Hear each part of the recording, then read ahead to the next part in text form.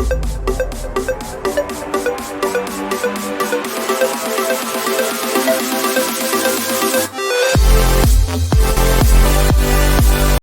Students, good morning, good afternoon and good evening. जब भी आप वीडियो देख रहे हो, लास्ट क्लास में अपन ने इनवर्स ट्रिग्नोमेट्री फंक्शन में साइन का, कॉस, टैन और कॉट, इनके ग्राफ और इनके इनवर्स के ग्राफ पढ़े थे और समझा कि ग्राफ बनते कैसे। मैंने ये बताया था लास्ट में कि कॉट इनवर्स एक्स की जो रेंज है वो 0 से पाई ओपन ब्रैकेट होती है। ओपन ब्रैकेट मतलब 0 और पाई उसमें इंक्लूडेड नहीं है, उसके अलावा इनके बीच में जितने भी नंबर हैं सब इंक्लूड है। ठीक है, आज पढ़ते हैं सेक और सेक इनवर्स का ग्राफ, कॉसेक और कॉसेक इनवर्स एक्स का ग्राफ। ग्राफ अंडरस्टैंडिंग के लिए अल्टीमेटली 2.1 2.2 करने के लिए ये डोमेन और रेंज याद होनी चाहिए। ठीक है, फिर भी समझो ग्राफ बनते कैसे। सबसे पहले सेक एक्स का ग्राफ जो 11th में पढ़ा था, रिवीजन करते हैं बनता कैसे। तो y बराबर सेक एक्स का ग्राफ बनाना है, तो ये एक्स एक्सिस बनाई, ये वाई एक्सिस बनाई। ठीक है, 0 π/2 पाई और 3π/2 लिखा, 0 -π/2 -पाई -3π/2 -2π, इधर +2π, यहाँ 0 ये 1 ये -1, इधर 2 भी है, 3 भी है, 4 भी है, -1 है, -2 है, -3 है। ठीक है ना, है ये ग्राफ बहुत सारे हैं, ऊपर 2 भी है। तो ग्राफ बनाना है y बराबर सेक एक्स। तो ग्राफ बनाने के लिए सिंपल सी चीज है, किसका ग्राफ बनाना है, y बराबर सेक एक्स का। तो x की वैल्यू पुट करो और y की वैल्यू गेट करो। ठीक है ना, तो y बराबर सेक एक्स, ये इनपुट दिया x में और y आउटपुट निकलेगा। मैंने इनपुट दिया 0, x बराबर 0 रखा, तो y बराबर क्या आएगा, सेक 0। सेक 0 कितना होता है, कॉस 0 देखो 1 होता है, तो सेक 0 भी क्या होगा, 1 होगा, उल्टा। तो x बराबर 0 पर y की वैल्यू 1, ये पॉइंट आएगा कि नहीं आएगा, आएगा। x की वैल्यू इनपुट दी मैंने π/2, जैसे मैंने π/2 रखी x की वैल्यू, देखो cos 90 कितना होता है 0, तो sec 90 कितना होगा, अनडिफाइंड यानी इनफाइनाइट। तो sec 90 पर मैंने एक डॉटेड लाइन बना दी, इसका मतलब sec 90 अनडिफाइंड है। π/2 अनडिफाइंड है, तो -π/2 भी क्या है, अनडिफाइंड। फिर cos 180 -1 होता है, तो sec 180 भी -1, तो पाई की वैल्यू क्या होगी, -1। ये वाला पॉइंट आएगा कि नहीं आएगा। फिर 3π/2 पर क्या है, sec अनडिफाइंड बनेगा, क्योंकि π/2 में तुमने क्या जोड़ दिया, π/2 ही जोड़ दिया, पाई में π/2 जोड़ दो, पाई प्लस π/2। ठीक है ना, तो देखो इसकी जो डोमेन है वो कहाँ अनडिफाइंड है। तो रियल नंबर यानी x एक्सिस पर रियल नंबर रखता हूं, रियल नंबर में से π/2 वाला नहीं आने चाहिए, तो 2n + 1 π/2, n बराबर 0 रखो, तो 2 × 0 0 + 1 1, 1 × π/2 π/2 पे अनडिफाइंड, n बराबर 1 रखा, 2 + 1 3, तो 3π/2 पे सेक क्या होगा, अनडिफाइंड, 3π/2 और -3π/2। फिर 2 रखो, 5π/2 आएगा, 2 × 2 4 और 1 5। तो रियल नंबर में से ये π/2 वाले कोफिशिएंट हटा दिए, π/2 वाला कोफिशिएंट हटा दिए, उसके लिए सेक डिफाइंड है। अब उन पर रेंज क्या आ रही है, तो इतनी सारी वैल्यूज रखी, तो क्या क्या मिल रहा है, π/2 पर अनडिफाइंड मिल रहा है, पाई पर -1 मिल रहा है, क्योंकि cos 180 -1, sec 180 भी -1, वैसे 3π/2 पे अनडिफाइंड मिल रहा है। तो बात समझना, sec 0 पे मिला 1, π/2 पे अनडिफाइंड, अनडिफाइंड ग्राफ यहाँ से होता हुआ अनडिफाइंड से होता हुआ 1 तक आएगा, सही है, π/2 पे अनडिफाइंड है, तो ग्राफ ऊपर से चलता हुआ यहाँ आएगा। -π/2 पे भी अनडिफाइंड है, ग्राफ ऊपर से चलता हुआ यहाँ आएगा, सही है। वैसे ही sec 180 -1 है, मिनिमम पॉइंट ये है, π/2 तो अनडिफाइंड है, तो ग्राफ यहाँ से चलता हुआ -1 तक आएगा, फिर यहाँ आएगा। तो इस -π/2 से +π/2 में ऊपर, π/2 से 3π/2 में नीचे, 3π/2 से 5π/2 में ऊपर, फिर नीचे, फिर ऊपर, फिर नीचे, ऐसे चलता रहेगा ग्राफ सेक का। रेंज क्या मिल रही है, देखो अनडिफाइंड मतलब इनफाइनाइट तक ऊपर के ऊपर रेंज मिल रही है, नीचे के नीचे तक रेंज मिल रही है। इस +1 और इस -1 के बीच में कोई अपन को वैल्यू नहीं मिल रही इसकी। तो sec x की जो रेंज है वो क्या है, पूरे के पूरे रियल नंबर उसमें से -1 से +1 हटा दो, तो रेंज क्या है, रियल नंबर -1 से +1। देखो 1 तो मिल रहा है, 1 के जस्ट नीचे से और -1 के जस्ट ऊपर कुछ नहीं मिल रहा, क्या 0.85 ये हाफ ये कोई वैल्यू है क्या sec की, नहीं है ना, कोई रेंज मिल ही नहीं रही। तो -1 से +1 के बीच कुछ नहीं मिल रहा, उसके अलावा रेंज मिल रही है। एक्स की हर वैल्यू पर ये देखो वाई की वैल्यू मिल रही है। एक्स की वैल्यू मान लो ये है, वाई की वैल्यू ये है, एक्स की मान लो ये है, इस पर वाई की वैल्यू देखो ये है। तो ऐसे बनेगा सेक एक्स का ग्राफ। फिर मैंने ये समझाया था कि जो इसकी रेंज है वो इनवर्स की क्या होगी, डोमेन। जो इसकी रेंज है वो इनवर्स की डोमेन होगी। ऐसा क्यों होता है? तो यार इसका इनवर्स करेंगे तो सेक इनवर्स वाई आएगा, और वाई क्या है, वाई रेंज है। जो रेंज है वो इनवर्स में इनपुट है, यानी क्या है, डोमेन है। तो डोमेन है, अच्छी बात है। तो आर रियल नंबर -1 से 1 इसकी डोमेन है, यानी कि रियल नंबर में से आप कुछ भी रखो, -1 से +1 के बीच कोई नंबर नहीं रख सकते। इसका मतलब -1 के जस्ट बाद और 1 से जस्ट पहले इसके बीच में कोई नंबर नहीं रख सकते, अनडिफाइंड है। ठीक है, 1 रखते हैं। मैंने x बराबर 1 रखा, तो y बराबर सेक इनवर्स, मैंने x की जगह क्या रखा, 1 इनपुट दिया। अब सेक इनवर्स 1 किसकी वैल्यू होती है सेक में, ये तुम्हें सोचना पड़ेगा। ये cos 0 1 होता है, सेक 0 भी क्या होता है, 1।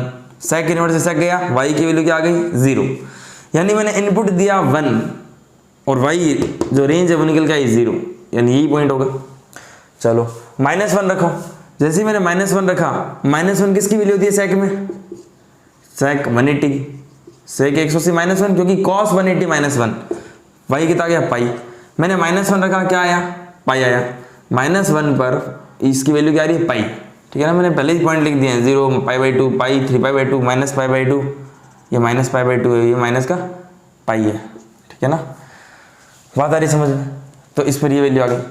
अच्छा, सेक अनडिफाइंड कब होता है, सेक इनफाइनाइट कब होता है, cos 90 0, तो सेक 90 अनडिफाइंड।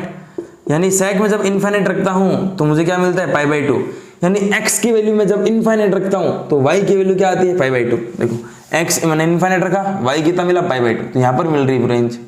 तो x बराबर इनफाइनाइट पे y π/2 है, इसको टच करेगा तो ये ग्राफ कुछ इनफाइनाइट हो जाएगा। π/2 पे अनडिफाइंड, तो -π/2 भी क्या, अनडिफाइंड।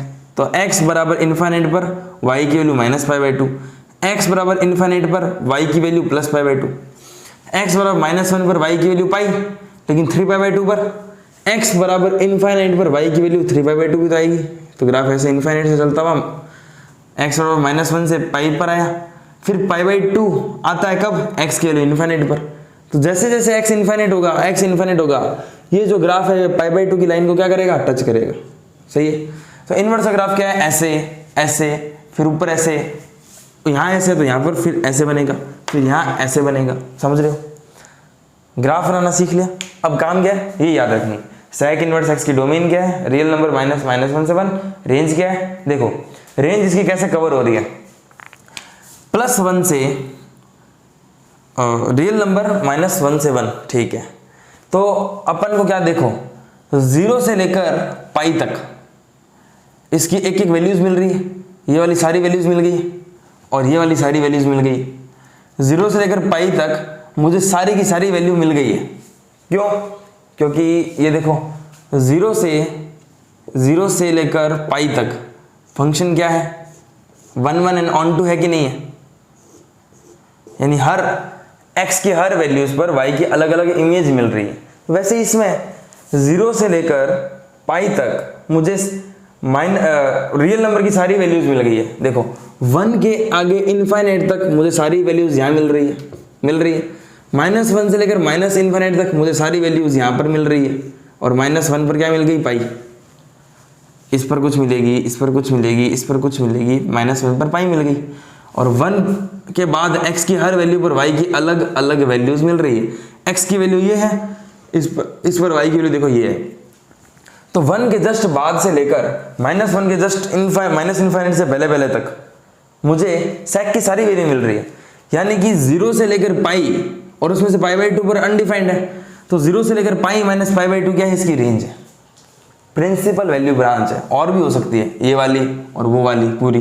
ठीक है ना, जैसे ये किया ना, आधा ये आधा ये, वैसे आधा ये आधा वो, कुछ भी हो सकता है।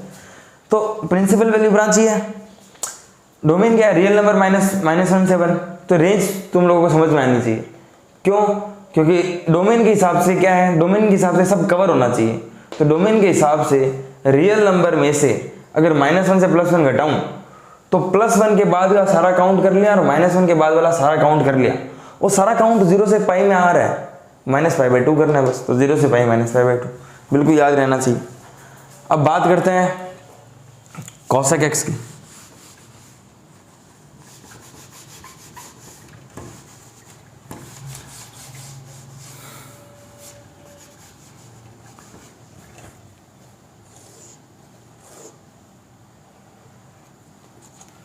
cosec x की बात करेंगे अभी, और cosec इनवर्स x की। cosec इनवर्स x भी कुछ ऐसा ही है और cosec x भी कुछ ऐसा ही है, ऐसे ही बढ़ने हैं ग्राफ, लेकिन पॉइंट्स चेंज हो जाएंगे क्योंकि cosec अनडिफाइंड किसी और जगह है और डिफाइन किसी और जगह है। अल्टीमेटली उसकी रेंज याद रखनी है, फिर अभी एग्जाम्पल कराऊंगा 2.1 तुम कर लेना। तो y बराबर cosec x, ठीक है, इसका ग्राफ बनाना है और यहाँ पर बनाना y बराबर cosec इनवर्स x का।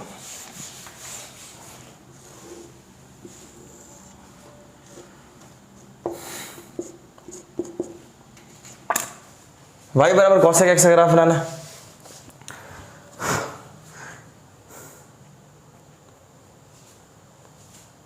तो जो cosec x की डोमेन है और जो रेंज है वो अपन को 11 से पता है। cosec x की डोमेन क्या होती है? Real number minus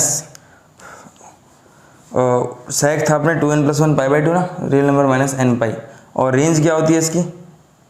cosec x की रेंज होती है रियल नंबर माइनस -1 से +1। कैसे हुई ये, ठीक है, अभी ग्राफ अच्छे से डिस्कस करेंगे। उसके बाद cosec इनवर्स x, जो रेंज है वही डोमेन है, इसकी जो डोमेन है, जो रेंज है वही डोमेन है, तो रियल नंबर -1 से +1, और जो रेंज इसकी निकल के आएगी वो याद भी रखनी है और अभी निकालना भी सीखेंगे। -π/2 से +π/2, -0 कर देंगे इस बार, ठीक है।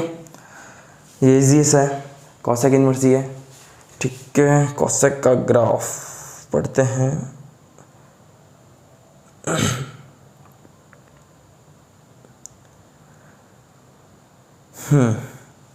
पॉइंट डिनोट कर रहा हूँ मैं, 0, π/2, पाई, 3π/2, ठीक है, -π/2, माइनस का पाई,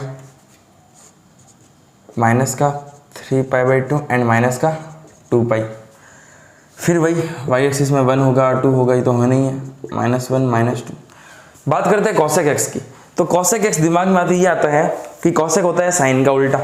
cosec अगर साइन का उल्टा होता है तो इसको लिख सकता हूँ 1/sin x। x की वो वैल्यूज जिसके लिए फंक्शन डिफाइन हो वो होती है डोमेन।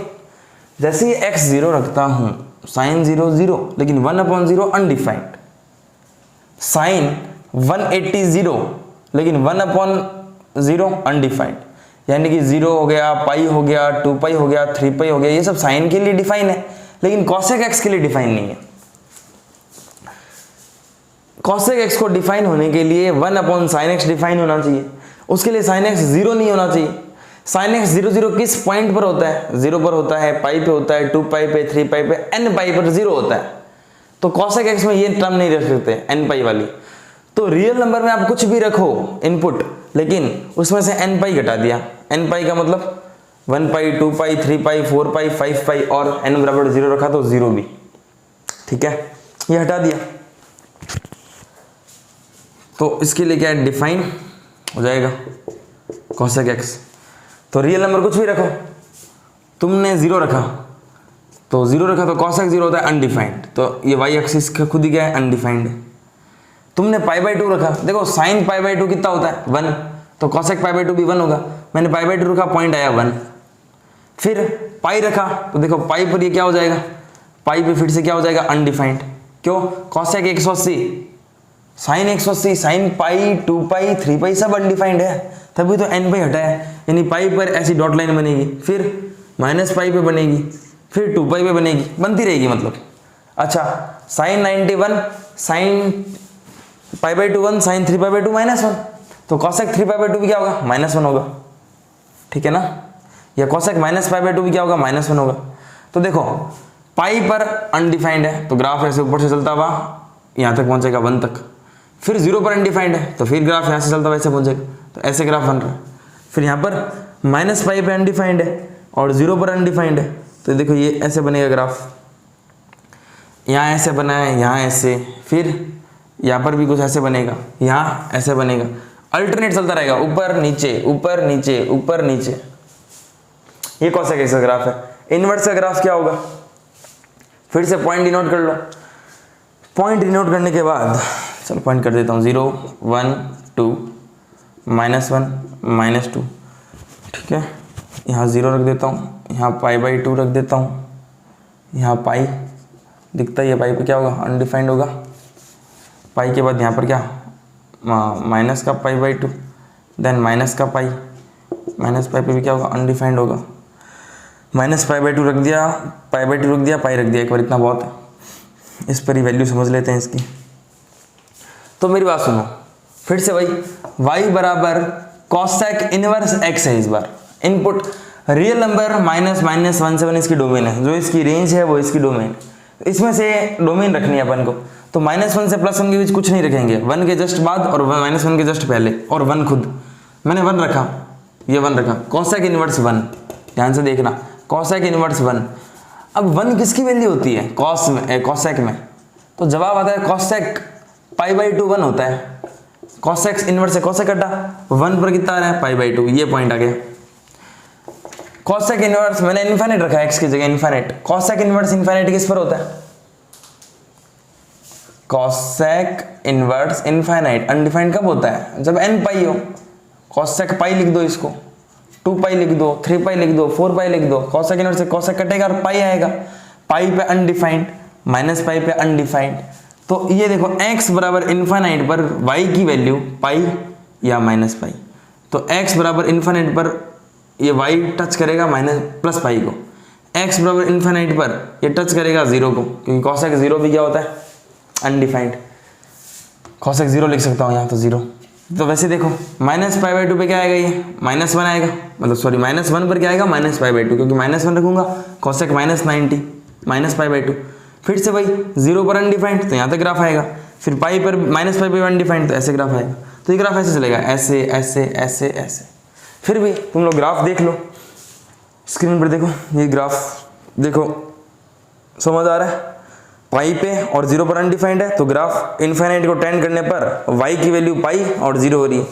नीचे देखो x एक्सिस के नीचे -1 पर -π/2 है, और x एक्सिस पर इनफाइनाइट पर y की वैल्यू देखो 0, और x एक्सिस इनफाइनाइट पर y की वैल्यू -π।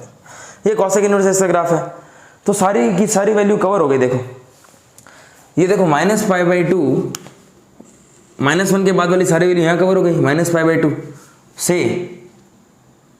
ये हो गया, -π/2 से ऊपर जा रहे हैं और 0 पर तो अनडिफाइंड है, उसके बाद 0 से π/2, तो -π/2 से +π/2, ये सारी की सारी वैल्यू आ रही है इसमें। -π/2 से +π/2 में ये पूरी वैल्यू और ये पूरी वैल्यू आ रही है, 0 अनडिफाइंड है, तो रेंज क्या हो गई? -π/2 से +π/2 -0। अल्टीमेटली ये सब याद रखना है। तो मैं आई होप ग्राफ समझ में आए होंगे, फिर भी अगर नहीं आए तो पूछ लेना।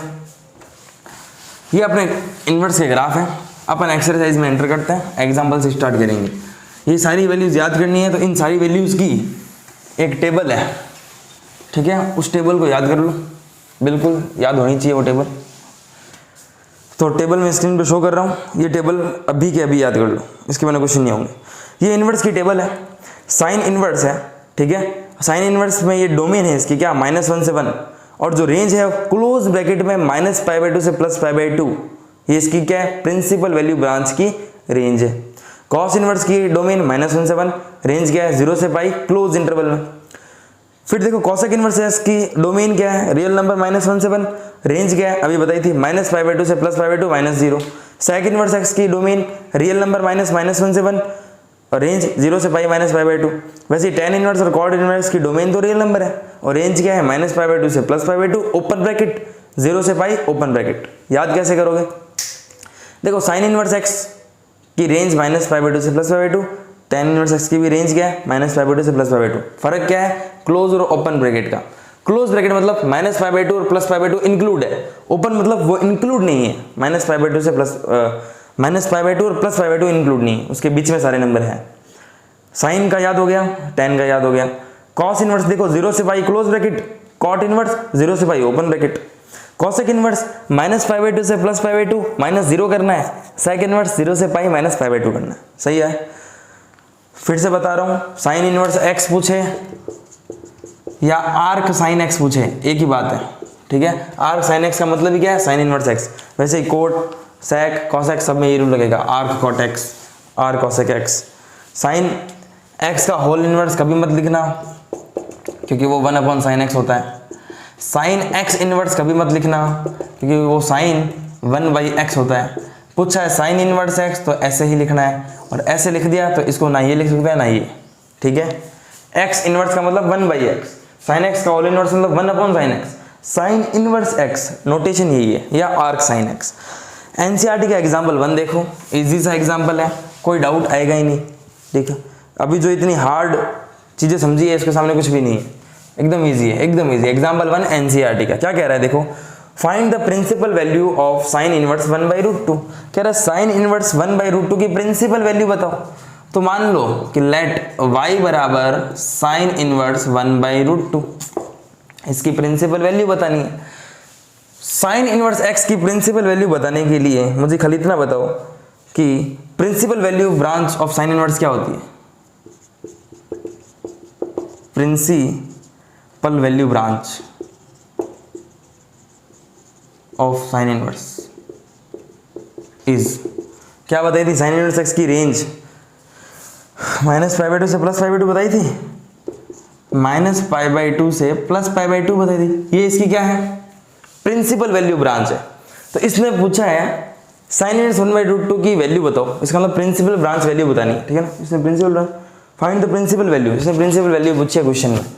तो सिंपल ये सोचो कि 1/√2 की वैल्यू क्या रखूं कि एंगल -90 से +90 के बीच में आए। सिंपल यार, -90 से +90, 1/√2 की वैल्यू क्या होती है, साइन 45 π/4। ये π/4 -90 से +90 के बीच में आता है। साइन इनवर्स साइन कट गया, ऐसे काटा नहीं है, तुम लोगों को नहीं काटना, बस सिंपल बता रहा हूँ समझने के लिए। साइन इनवर्स और साइन π/4 लिखा, सिंपल यहाँ पर क्या लिखा, π/4। ये जो π/4 हो बिलोंग करता है इसकी प्रिंसिपल वैल्यू के अंदर, -π/2 से +π/2 के अंदर। तो ये आंसर है इसका। क्वेश्चन आया y equal to sine inverse 1/√2। अच्छा 1/√2 किसकी वैल्यू होती है, साइन π/4 की। साइन इनवर्स साइन कटा, आंसर आ गया π/4, खत्म। ध्यान क्या रखना है, ये ध्यान रखना था कि प्रिंसिपल वैल्यू ब्रांच क्या होती है, -π/2 से +π/2 के बीच में। क्या ये इसके बीच में है, हाँ है। नहीं होगा तो एग्जाम्पल 2 से समझेंगे, नहीं होगा तो, ठीक है। इसमें कोई डाउट नहीं होना चाहिए। तो principal value of sine inverse 1/√2 is π/4। Example 2 देखो, अब और क्लियर होने वाला है। एग्जाम्पल 2 पढ़ो क्या कह रहा है। एग्जाम्पल 2 पढ़ रहा है, कह रहा है find the principal value of cot inverse -1/√3। Cot inverse -1/√3 की प्रिंसिपल वैल्यू निकालनी है। तो देखो लेट, मान लिया लेट y बराबर कॉट इनवर्स -1/√3, सही बात है। अब क्या करें, कॉट इनवर्स -1/√3, तो देखो y बराबर, एक काम करो, कॉट इनवर्स इधर ले आओ तो कॉट y हो जाएगा। कॉट y बराबर -1/√3, एक ही बात है। कॉट y की वैल्यू -1/√3 किसकी वैल्यू होती है, tan 60 होता है √3, तो कॉट 60 कितना होगा, 1/√3, तो माइनस का कॉट π/3। ये माइनस नहीं होना चाहिए, ठीक है ना। या यूँ समझ लो, इसको ऐसे रहने देता हूँ ताकि तुम कंफ्यूज ना हो।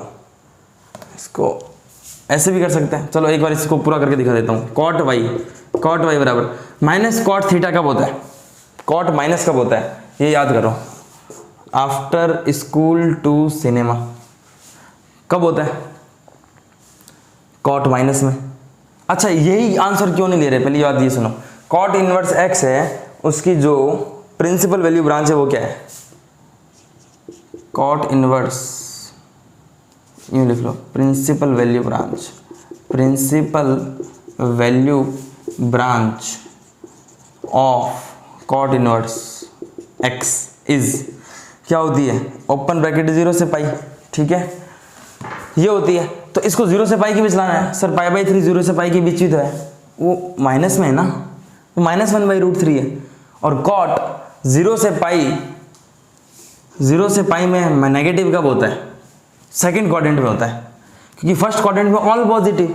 तुम कह दोगे सर कॉट इनवर्स -1/√3 की जो वैल्यू है वो π/3 है प्रिंसिपल वैल्यू, तो π/3 पर तो कॉट ऑलवेज पॉजिटिव होता है, ये तो नेगेटिव है।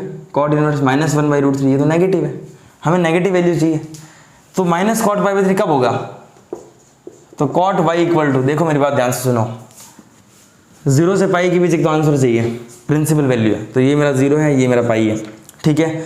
नेगेटिव चाहिए, तो यहाँ पर तो ऑल पॉजिटिव है, यानी सेकंड क्वाड्रेंट में क्या है? कॉट नेगेटिव है, तो कॉट पाई माइनस क्या? π/3 लिख दो इसको, कॉट पाई माइनस π/3 लिख दूं, तो कॉट y इक्वल टू, देखो कॉट 180 माइनस थीटा क्या होता है? माइनस का कॉट थीटा, तो कॉट 180 माइनस थीटा क्या होता है? माइनस का कॉट थीटा, तो माइनस कॉट थीटा को ये लिख दिया मैंने, कॉट 180 माइनस थीटा माइनस का कॉट थीटा, और माइनस का cot theta cot pi minus π/3, pi minus π/3 मतलब कॉट 2π/3, कॉट से कॉट गया, y की वैल्यू क्या आ गई?